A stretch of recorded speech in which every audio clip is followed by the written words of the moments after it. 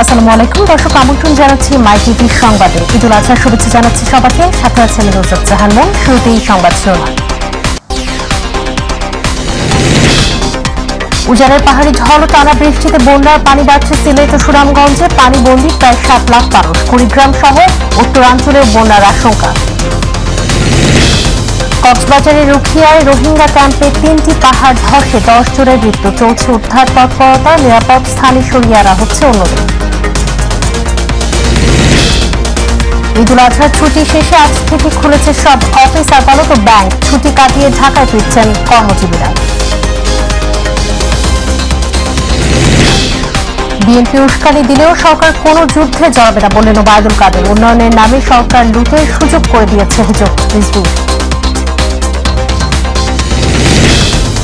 এবং ঈদ উৎসবের আবহেও নীরবে কাটছেন বৃদ্ধাশ্রমে থাকা বাবা মায়েরা। বৃদ্ধ বয়সে অতীতের সুখ গল্প আঁকড়ে কাটছে একাকিত্বে ভরা জীবন।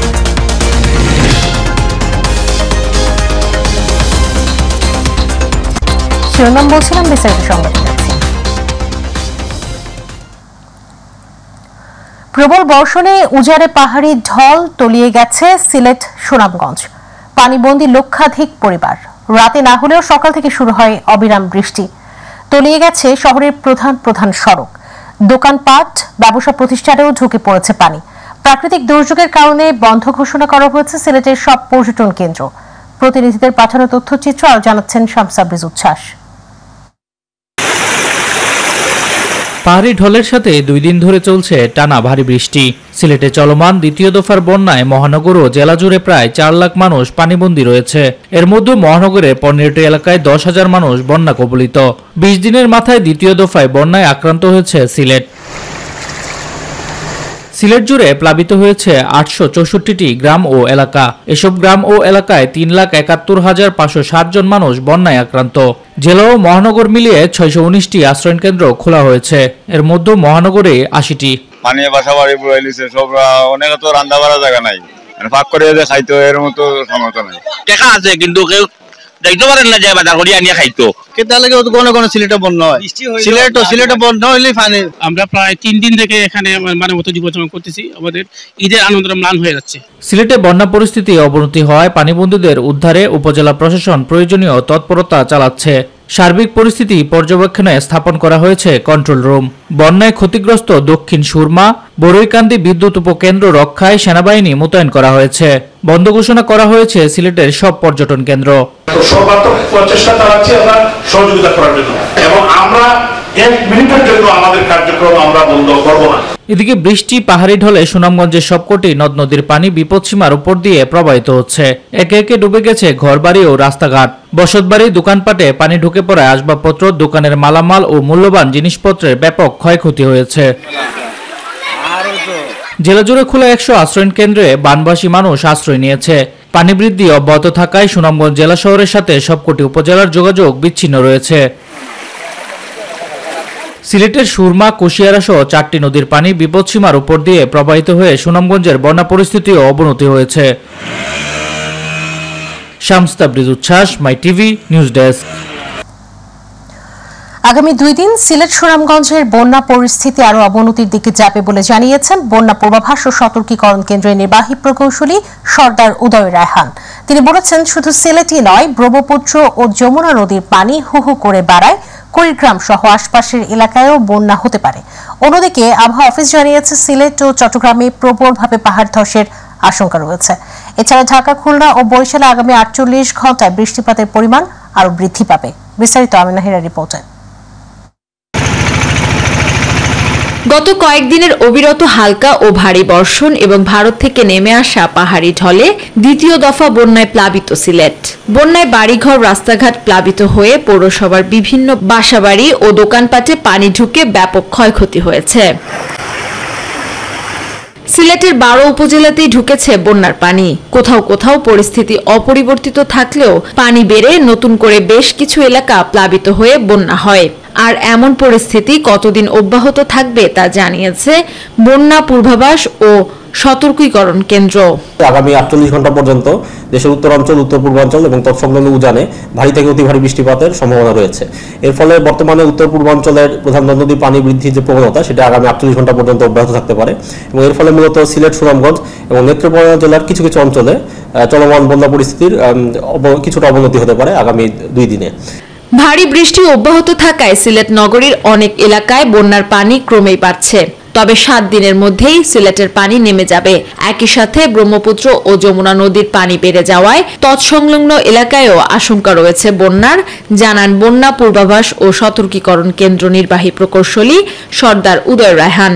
দেশের উত্তরাঞ্চলে তিস্তা, ধরলা ও দুধকুমার নদীর পানি বর্তমানে বৃদ্ধি পাচ্ছে।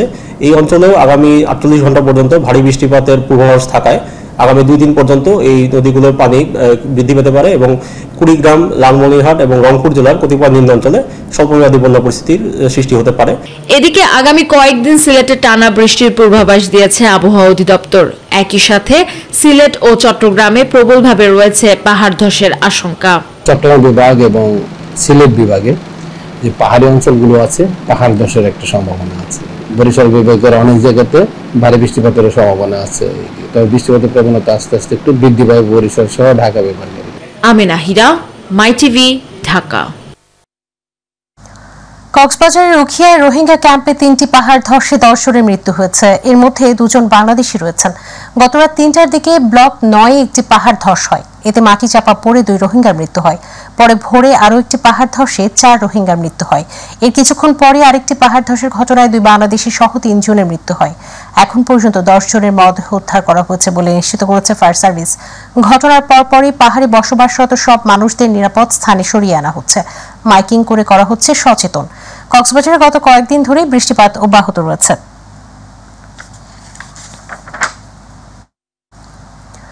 পবিত্র ঈদুল আজহার ছুটি শেষ হয়েছে। আজ থেকে দেশের সব অফিস আদালত খুলেছে।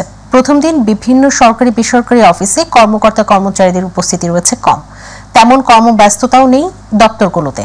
কর্মকর্তা ও কর্মচারীদের প্রথম দিন কাটছে ঈদের শুভেচ্ছা ও কুশল বিনিময়ের মধ্য দিয়ে।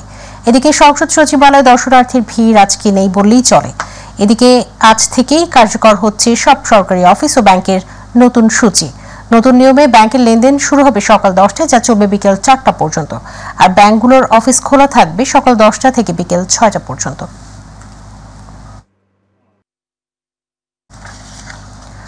সরকারি ছুটি শেষ হওয়ায় প্রিয়জনের সাথে ঈদের আনন্দ ভাগাভাগি শেষে আবারও রাজধানী ঢাকায় ফিরতে শুরু করেছেন মানুষ। কেউ বা লঞ্চে, কেউ বা বাসে, আবার কেউ বা ট্রেনে চেপে ফিরছেন কর্মব্যস্ত ঢাকায়। পরিবারের সাথে সম্পর্কের খানিকটা ছেদ কাটিয়ে ফিরেছেন কর্মের নগরীতে। হাসান বিশ্বাসের ক্যামেরা, আবু সাইদুর রিপোর্ট। প্রিয়জনের সাথে ঈদের আনন্দ ভাগাভাগি আর আত্মীয় স্বজনদের সাথে ক্ষণিকের সান্নিধ্যময় সময় কাটিয়ে রাজধানী ফিরতে শুরু করেছেন নগরবাসী। বুধবার থেকে অফিস আদালত খোলায় ঢাকায় ফিরতি মানুষের পদভারে মুখর হয়ে ওঠে সদরঘাট লঞ্চ, বাস ও ট্রেন টার্মিনাল এলাকা। বাড়ির ফ্যামিলি খাবে, ভালো থাকবে, বাঁচার তাগিদেই তো চলে আসে তাদের স্বাভাবিক জীবনযাত্রার চলাফেরা। রাজধানীর সড়ক ফাঁকা থাকলেও সদরঘাট লঞ্চ, সায়দাবাদ, মহাখালী ও গাবতলী বাস টার্মিনালে ছিল মানুষের উপচে পড়া ভিড়। চাকরি, জীবন জীবিকার তাগিদে আবার ছুটে আসতে হয়। বাচ্চা পড়াশোনা আছে, নিজের সংসার, তার জন্য চলে আসতে। আপ্রাণ চেষ্টা করছি যেন মুখা মানুষ নির্বিঘ্নে বাড়ি যেতে পারে, সেজন্য আমরা কাজ করেছি। ট্রেনে আসা রাজধানীমুখী মানুষের সংখ্যা ছিল অনেক বেশি। কমলাপুর রেল স্টেশনে ছিল হাজারো মানুষের ঢল। জীবিকার তাগিদে তো সবাই ঢাকায় আসবে, কারণ কর্মজীবী মানুষ তো ঢাকায় আসতেই হবে। ছুটি অল্প, তার জন্য চাকরির তাগিদে বাসা ছেড়ে চলে আসতে হয়েছে। সবকিছু মিলেই যে আসলে তো আমরা শিকড়ের উদ্দেশ্যে ঈদ করতে যাওয়া। অবশ্য ফিরতি ট্রেনে ছিল শিডিউল বিপর্যয় ঘটনা। আর যারা ঈদের ছুটি না পেয়ে আজ ছুটি পেয়েছেন, তারা ছুটছেন শেকড়ের টানে। এ যেন অন্যরকম এক অনুভূতি। পরিবার পরিজনের সাথে ঈদ আনন্দ উপভোগ শেষে এভাবেই ব্যস্ততম রাজধানীতে ফিরছেন নগরবাসী। তাদের প্রত্যাশা একটাই, যেভাবে নিরাপদে বাড়িতে পৌঁছে পরিবারের সাথে ঈদ আনন্দ উপভোগ শেষে যে আনন্দঘন মুহূর্তটুকু কাটিয়েছেন, সেই আনন্দঘন মুহূর্তের সেই রেশ নিয়ে যেন কর্মব্যস্ত নগরী রাজধানীতে তাদের কর্মব্যস্ততা অব্যাহত রাখতে পারে, এমনটাই প্রত্যাশা এসব ঘর ফেরত মানুষের। কমলাপুর রেল স্টেশন থেকে আবু সাদপু, মাই টিভি, ঢাকা। বিএনপি উস্কানি দিলেও সরকার মিয়ানমারের সাথে যুদ্ধে জড়াবে না, যে কোনো পরিস্থিতি আলোচনার মাধ্যমে সমাধানে বাংলাদেশে আগ্রহী বলে জানিয়েছেন সড়ক পরিবহন ও সেতু মন্ত্রী ওবায়দুল কাদের। দুপুরে সচিবালয় মন্ত্রণালয়ের সভাকক্ষে কর্মকর্তা কর্মচারীদের সাথে ঈদ পরবর্তী শুভেচ্ছা বিনিময় শেষে এই কথা বলেন তিনি। এদিকে সেন্ট মার্টিনের 1 ইঞ্চি জমিও কাউকে দেয়া হবে না বলে হুঁশিয়ারি দিয়েছেন আওয়ামী লীগের যুগ্ম সাধারণ সম্পাদক বাহাউদ্দিন নাসিম। আরো জানাচ্ছেন রাকিব হাসান। দুপুরে সচিবালয় নিজ মন্ত্রণালয়ের কর্মকর্তা কর্মচারীদের সাথে ঈদ পরবর্তী শুভেচ্ছা বিনিময় করেন সড়ক পরিবহন ও সেতুমন্ত্রী ওবায়দুল কাদের। এ সময় সড়কে শৃঙ্খলা বজায় রাখতে প্রত্যেককে নিজ নিজ দায়িত্ব সঠিকভাবে পালনের নির্দেশ দেন তিনি। আমি সবচেয়ে বেশি জোর দেব সড়ক আর পরিবহনের শৃঙ্খলা, এই ডিসিপ্লিনটা আমরা বারে বারে বলে যাচ্ছি, কিন্তু যেভাবে ডিসিপ্লিন থাকা দরকার এবং ডিসিপ্লিন না থাকলে যানজট বাড়ে, দুর্ঘটনা বাড়ে। মিয়ানমার প্রসঙ্গে ওবায়দুল কাদের বলেন, যে কোনো উস্কানির মুখে বাংলাদেশ যুদ্ধে না জড়িয়ে আলাপ আলোচনার মাধ্যমে সমাধানে বিশ্বাসী। মিয়ানমার প্রভোকেশন দেখ, তাদের সাথে আমরা আলাপ আলোচনা করি, সমাধান করব, আমরা যুদ্ধে জড়াবো না। এটা আমাদের দেশের জনগণও চায় না। এখন ফখরুল সাহেব যদি যুদ্ধে জড়াতে চান তাহলে এই প্রভোকেশনের ফাঁদে আমরা পড়তে পারি। আমরা সরকারে আছি, আমাদের দায়িত্ব আছে, কর্তব্য আছে। সার্বভৌমত্ব চলে গেলে আমাদেরই ব্যথা লাগবে বেশি। এদিকে রাজধানীর ডিপ্লোমা ইঞ্জিনিয়ার্স ইনস্টিটিউশন মিলনায়তনে নিজ নির্বাচনী এলাকার নেতাকর্মীদের সাথে ঈদ পরবর্তী শুভেচ্ছা বিনিময় করেন আওয়ামী লীগের যুগ্ম সাধারণ সম্পাদক বাহাউদ্দিন নাসিম। এ সময় বাংলাদেশের ভূখণ্ডের 1 ইঞ্চি জমিও কারো দ্বারা ক্ষতিগ্রস্ত হতে দেয়া হবে না বলে হুঁশিয়ারি দেন তিনি। বাংলাদেশ থাকবে সম্পূর্ণ স্বাধীন, সার্বভৌম।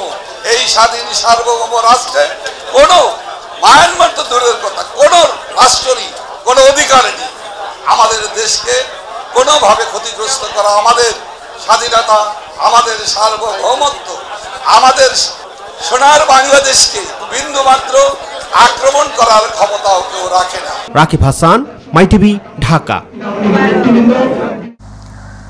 উন্নয়নের নামে সরকার লুটের সুযোগ করে দিয়েছে বলে অভিযোগ করেছেন বিএনপির সিনিয়র যুগ্ম মহাসচিব রুহুল কবির রিজভী।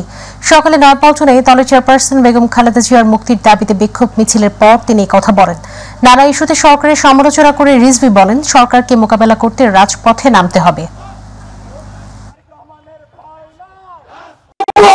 আমাদের মিছিল থামালে চলবে না, এগিয়ে যেতে হবে এবং শেখ হাসিনার রাজ সিংহাসনকে রাস্তায় উল্টে দিতে হবে। জনগণকে মাঠে নামাতে এবার নতুন পরিকল্পনা নিয়েছে বিএনপি। কমিটি বিলুপ্তি ও রদবদল সহ নেওয়া হচ্ছে নানা পদক্ষেপ। জনসম্পৃক্ততা বাড়াতে সামাজিক ও সাংস্কৃতিক কার্যক্রমও হাতে নেওয়া হয়েছে। এছাড়া দলের শীর্ষ নেতাদের এসব কার্যক্রম তদারকির দায়িত্ব দেওয়া হয়েছে। মাহবুব সৈকতের বিশেষ রিপোর্ট। হঠাৎ করেই বিএনপির ঘরে ওলটপালট, মূল সংগঠনের বেশ কিছু পদে পরিবর্তন, সংযোজন এবং বিয়োজন। ঢাকাসহ একাধিক মহানগরীর কমিটিও বিলুপ্ত করা হয়েছে। বাদ যায়নি বিএনপির ভ্যানগার্ড বলে খ্যাত যুবদলের কমিটিও। তৃণমূলে মিশ্র প্রতিক্রিয়া রয়েছে এ নিয়ে। এতদিন দায়িত্ব পালনকারীদের নেতৃত্বের ব্যর্থতার সম্মানজনক বিদায় কিনা তা নিয়ে রয়েছে আলোচনা। ব্যর্থতার পরিচয় দেয় নাই। গত 28 তারিখে যে ঘটনা ঘটেছে সেটাকে আন্দোলনে ব্যর্থতা বলা যাবে না। তার কারণ এটা সরকারের একটা ডিজাইন, সেই ডিজাইন মোতাবেক তারা কার্যক্রম পরিচালনা করেছে, কিন্তু আন্দোলন কিন্তু থেমে থাকে নাই, আন্দোলনের গতি চলেছে। আমাদের আন্দোলন চলমান আছে। এর ভিতরে আপনার যাদের নাম যদি না থাকে এদের অনেকেই নিষ্ক্রিয় বিকজ মানুষের তো বয়স হচ্ছে, তো অনেকে বিভিন্ন রোগে আক্রান্ত, অনেকে মারা গেছেন। শূন্য পদগুলো উনি এখন পূরণ করা হইতেছে। কাউন্সিল ছাড়া মূল দলে কেন এমন রদবদল তা নিয়েও একই সুরে কথা বলেছেন দলটির 2 ভাইস চেয়ারম্যান। কেন্দ্রীয় কমিটি করার আগে সাধারণ নিয়মে যেই কাউন্সিল হওয়ার কথা সেটা তো করা অসম্ভব হয়ে পড়েছে এখন এই মুহূর্তে। এখন বাংলাদেশের রাজনৈতিক অবস্থা তো আপনারা দেখতেছেন। অক্টোবর 28 এর পরে প্রায় 4 থেকে 5,000 মামলা হয়েছে। 20 থেকে 25,000 লোক শুধু এই ঢাকা শহরের আশেপাশে আসামি হিসাবে দেওয়া হয়েছে। একটি দেশে যখন গণতন্ত্রের অভাব হয়, আইনের শাসন, মানবাধিকারের যখন অভাব হয়, সম্মেলনের মাধ্যমে কমিটি করা খুব দুরূহ ব্যাপার হয়। তার কারণ সবসময় প্রশাসন সরকারি দলের সমর্থনেই থাকে, যাতে সুষ্ঠুভাবে কোনো সম্মেলন সম্পন্ন হতে না পারে। আর গণতান্ত্রিক রাজনৈতিক দল যে তাদের একটা দায়িত্ব আছে, সেটা হচ্ছে সময় সময় এই দলের পরিবর্তন আনা। আন্দোলন বিজয়ী করতে নগর, মহানগর এবং যুবদলের নেতৃত্বে সহসাই আরো সাংগঠনিক মেধাবী আর চৌকস মুখ দেখা যাবে বলেও জানান বিএনপির শীর্ষ এই নেতারা। মোট কথা হলো, যারা ত্যাগ স্বীকার করতেছে, যারা দায়িত্ব এবং কর্তব্য যথাযথ পালন করছে বা করতেছে, তাদেরকেই এই দায়িত্বগুলো দেওয়া হচ্ছে। মাহবুব সৈকত, মাই টিভি, ঢাকা। অতীতের সুখ গল্প আঁকড়ে ধরে বুকে পাথর চেপে বৃদ্ধাশ্রমের 4 দেয়ালের মাঝে প্রিয় সন্তানদের জন্য মুখ লুকিয়ে ঈদ উৎসবেও নীরবে কাছেন বাবা মায়েরা। সন্তান ছাড়া বৃদ্ধাশ্রমে যত্নে থাকলেও ভালো নেই 4 দেয়ালে বন্দী এই বাবা মায়েরা। বৃদ্ধ বয়সে চলার সাথীহীন একাকিত্বে ভরা জীবন কাটছে তাদের। ঈদ উৎসবের এই সময় বৃদ্ধাশ্রমে থাকা বাবা মায়েদের কেমন কাটছে দিন? আমিনা হীরা রিপোর্ট। পরিবারের সবাই যখন ঈদ আনন্দে মশগুল, তখন দূর নির্জন কোনো এক ভবনে পুরনো স্মৃতি বুকে নিয়ে প্রিয়জন ছাড়া নিভৃতে চোখের জল ফেলছেন বৃদ্ধাশ্রমে থাকা বাবা মায়েরা। ঈদ এলেই বিষাদ নেমে আসে প্রবীণ এই মানুষগুলোর জীবনে। দুচোখ বেয়ে কষ্টের জলধারা, হাতড়ে বেড়ান পুরনো স্মৃতি। ঈদ উৎসব কাটে পরিবারকে কাছে না পাওয়ার কষ্টে। অভিমান বুকে চেপে দীর্ঘশ্বাস ফেলেন তারা। বৃদ্ধাশ্রমে ঈদ মানে প্রতিটি কক্ষের দেয়ালে দেয়ালে বিষাদ, কষ্ট, কান্না আর নীরব আহাজারির গল্প। আপন ঘর ছেড়ে এটাই এখন অনেকের সুখের নীড়, আর বৃদ্ধাশ্রমের সদস্যরাই প্রত্যেকের পরিবার। আমি ভাবছিলাম হ্যাঁ আজকে আমাকে নিয়ে যাবে, সে বলছে 2 দিন পরে আসবো। আচ্ছা, আপনি 2 দিন পরে আসতেছি। আমাকে ওকে। ওখানে বাসা গেলে তো একা একা লোনলি, ভালো লাগে না। এই যে লোকজন দেখি, তাকায় দেখি কে কি করে, বোম্বান দেখি, এই আর কি। এখানেই ভালো লাগে, গেট টুগেদার মতো হয় আর কি। কেউ 2 মাস, কেউ 8 মাস, কেউ বা তারও বেশি সময় ধরে আছেন এখানে। বাড়ি ফিরতে ইচ্ছে করে কিনা জানতে চাইলে প্রত্যেকে অভিমান নিয়ে জানান দেন, শেষ বয়সে পরিবারের কারোরই বোঝা হতে চান না তারা। আমার স্ত্রী বিয়োগ হয়, ফলে আমার 2টা মেয়ে, 2টাই একজন বিএসসি পাস করার পর বিবাহ হয়, আর একজন মাস্টার্স কমপ্লিট করে। এরপরে আমি চিন্তা করলাম যে আমি কোথায় যাব, কোথায় দাঁড়াবো। আমি একজন স্বাধীন চেতা মানুষ, পরনির্ভরশীল হতে আমি পছন্দ করি না। বৃদ্ধাশ্রমে অপরিচিত জনদের সঙ্গে ঈদের আনন্দ ভাগাভাগি করলেও পরিচিত মুখ খুঁজে ফেরেন বৃদ্ধাশ্রমে থাকা বাবা মায়েরা। অসহায়ত্ব আর একাকিত্ব কুরে কুরে খাচ্ছে সবাইকে। না, ভালোই লাগতেছে। কষ্ট থাকে, একা একা থাকা, আইসোলেটেড অবস্থা থাকা, লোনলি থাকা, বা কোনো না পারলে এই কষ্ট লাগে। মানুষ তো আর সব এক নেচারের না, যার ভাই গিয়ে যেরকম। ভাস্তার ঘরের নাতি জব করে, তাদের ইচ্ছা যে দাদু তুমি একাই থাকবে কেন, আমার এখানে আসো। আমি বলছি না, আমি ডিপেন্ডেন্ট হব না। ঈদের দিন থেকেই রান্নাঘরে চলছে বৃদ্ধ বাবা মায়েদের জন্য বাহারি খাবারের আয়োজন। নানান পদের খাবার থাকলেও উৎসবের দিনে প্রিয়জন ছাড়া মুখে রুচ্ছে না। প্রত্যেকেরই মনে পড়ছে পুরনো স্মৃতি আর নিষ্ঠুর প্রিয় মানুষগুলোর কথা। তারপরও তাদের অসহায়ত্ব আর একাকিত্ব ঘুচিয়ে হাসি ফোটানোর চেষ্টা করছেন বৃদ্ধাশ্রমের কর্মকর্তারা।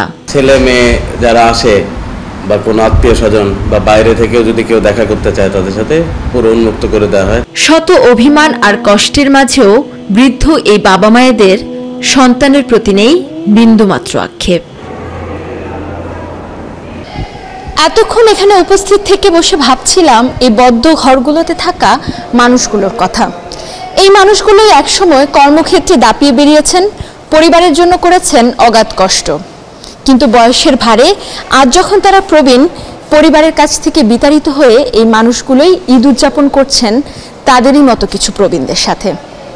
আজকের ঈদের দিন তাদের কাছে বিশেষ কোনো দিন নয়।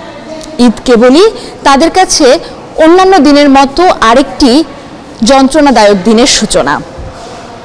কিন্তু আমাদের প্রত্যেক সন্তানকে ভুলে গেলে চলবে না। আজ আমরা যারা নবীন, বয়সের ভারে একদিন আমাদেরকেই হতে হবে প্রবীণ। আমিনা হীরা, মাই টিভি, ঢাকা। পশুর চামড়ার সংগ্রহে এখন রাজ্যের ব্যস্ততা সাভার ট্যানারি শিল্পনগরীতে। সরকারের কঠোর নীতি থাকলেও বাস্তবায়ন কতটা হবে তার দিকে তাকিয়ে ব্যবসায়ী ও মালিকেরা। সিইটিপি নিয়ে শঙ্কা থাকলেও আশার কথা বলছেন সংশ্লিষ্টরা। প্রতিনিধি আব্দুল্লাহ আল ওয়াহিদের প্রতিবেদন জানাচ্ছেন শামসাবিজ উচ্ছ্বাস। বছরের অর্ধেকের বেশি পশুর চামড়া সংগ্রহ হয় কোরবানির ঈদে। ঈদে রাজধানী সহ আশপাশের এলাকার পশুর কাঁচা চামড়া সংগ্রহে কর্মব্যস্ত সাভারের চামড়া শিল্পনগরীর মালিক শ্রমিকেরা। সপ্তাহখানেক পর থেকে ঢাকার বাইরের লবণযুক্ত চামড়া ঢুকবে ট্যানারিগুলোতে। লবণের দাম ও মজুত নিয়ে এবার অনেকটাই স্বস্তিতে ট্যানারি মালিকরা। তবে মহাসড়কে প্রতিবন্ধকতা নিয়ে রয়েছে প্রশ্ন।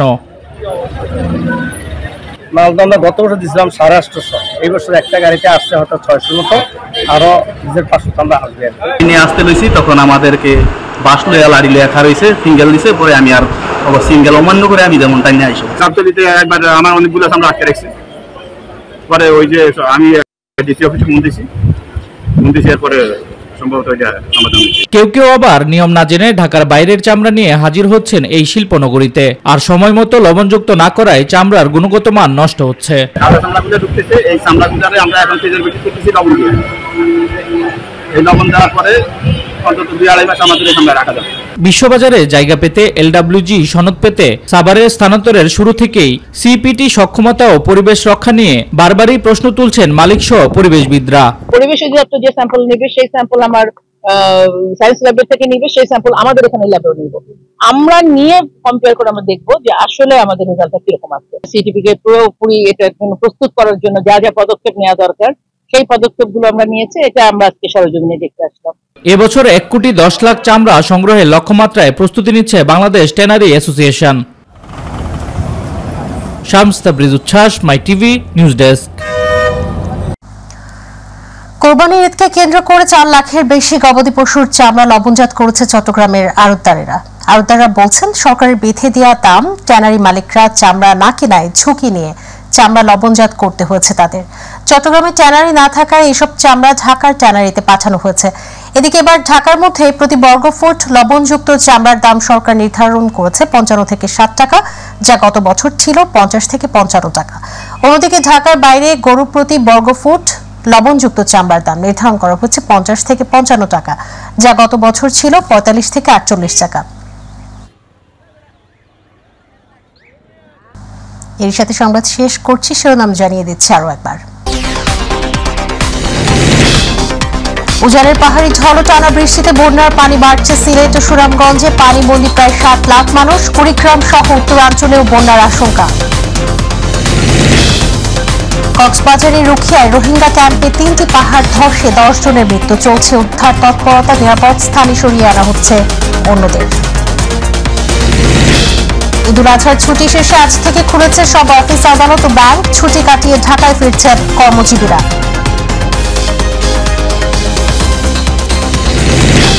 বিএনপি উস্কানি দিলেও সরকার যে কোনো যুদ্ধে জড়াবে না বলেন ওবায়দুল কাদের। উন্নয়নের নামে সরকার লুটের সুযোগ করে দিয়েছে অভিযোগ রিজভীর। এবং ঈদ উৎসবের আবহেও নীরবে কাটছেন বৃদ্ধাশ্রমে থাকা বাবা মায়েরা। বৃদ্ধ বয়সে অতীতের সুখ গল্প আঁকড়ে কাটছে একাকিত্বে ভরা জীবন।